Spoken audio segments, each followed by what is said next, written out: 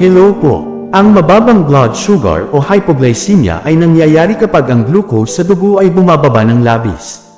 Permanbuelva po uli, dahil ang asukal ang pangunahing pinagmumula ng enerhiya ng katawan, kapag kulang ito, maraming sistema ng katawan ang naaapektuhan, lalo na ang utak, puso, at mga kalamnan. 10 sintomas na mababa na ang blood sugar mo. Panginginig o pagyayanig ng katawan. Kapag bumababa ang glucose, naglalabas ang katawan ng adrenaline na nagdudulot ng panginginig ng kamay at katawan. Matinding gutom o panlalambot, isa ito sa unang senyales.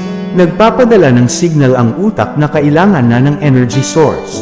Pagpapawis kahit hindi mainit. Kapag biglang pinapawisan, lalo na sa noo at leeg, maaaring bumababa na ang blood sugar. Pagkahilo o panlalabo ng paningin. Ang utak ay umaasa sa glucose, kapag kulang, nagiging mahina ang coordination at malinaw na paningin. Palpitations o mabilis na tibok ng puso. Dahil sa adrenaline surge ng katawan habang sinusubukang i-correct ang mababang asukal. Pagkabalisa o pag-aalala, ang kakulangan ng glucose ay nakakaapekto rin sa mood, kaya nakakaranas ng sudden anxiety o irritability.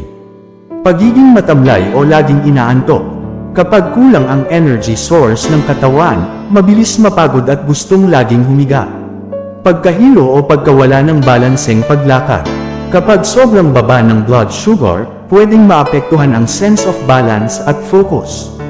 Pagbabago ng mood o pagiging irritable. Dahil sa epekto ng low glucose sa brain chemicals, nagiging mainitan ang ulo o emotional. Pagkahimatay o malubhang panghihina. Kapag hindi agad natugunan, pwedeng mag-collapse o mawala ng malay dahil sa kakulangan ng enerhiya sa utak. Ano ang dapat gawin kapag mababa ang blood sugar? Kumain agad ng matamis o may simpleng asukal tulad ng juice, candy, o tinapay. Huwag hayaang walang laman ng tiyan ng matagal. Para sa may diabetes, regular na i-monitor ang blood sugar level. Kung madalas itong mangyari, kumonsulta agad sa doktor para masuri ang tamang dahilan. Pakitandaan. Ang mababang blood sugar ay hindi dapat ipagsawalang bahala. Kapag madalas itong nararanasan, maaaring senyales ito ng mas seryosong kondisyon. Ugaliin kumain sa tamang oras, umiwas sa sobrang stress, at alagaan ang katawan.